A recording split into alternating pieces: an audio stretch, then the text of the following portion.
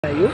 Untuk kalian yang hendak melintas Jalan Lingkar Bumiayu, silahkan mencari jalur alternatif karena sekitar pukul 2 siang tadi telah terjadi kecelakaan antara bus Rosalia Indah dengan truk. Untuk rekan-rekan yang hendak melintas, harap berhati-hati ataupun bisa mencari jalur alternatif lain.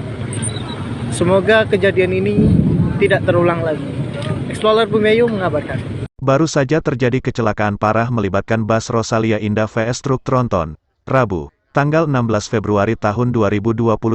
Dari video-video yang bertebaran di laman Facebook, kecelakaan parah tersebut terjadi di Jalan Lingkar Bumiayu atau lebih tepatnya di tikungan Negara Daha, Jawa Tengah. Dari video yang diunggah di akun Facebook Insta Bumiayu, terlihat kepala bus Rosalia Indah hancur, posisi mengarah ke tepian jalan. Untuk teman-teman BPBD, mohon bantuan evakuasi. Kedua sopir masih terjebak di dalam kendaraan. Ditunggu sekarang teman-teman, ujar seorang pria di dalam video itu. Di video yang lain, terlihat bus Rosalia Indah adu banteng dengan truk tronton. Orang-orang berkerumun menyaksikan kecelakaan tersebut. Sebelum pom bensin Negara Daha ada kecelakaan bus Rosalia Indah sama truk tronton. Mohon bantuan evakuasi itu.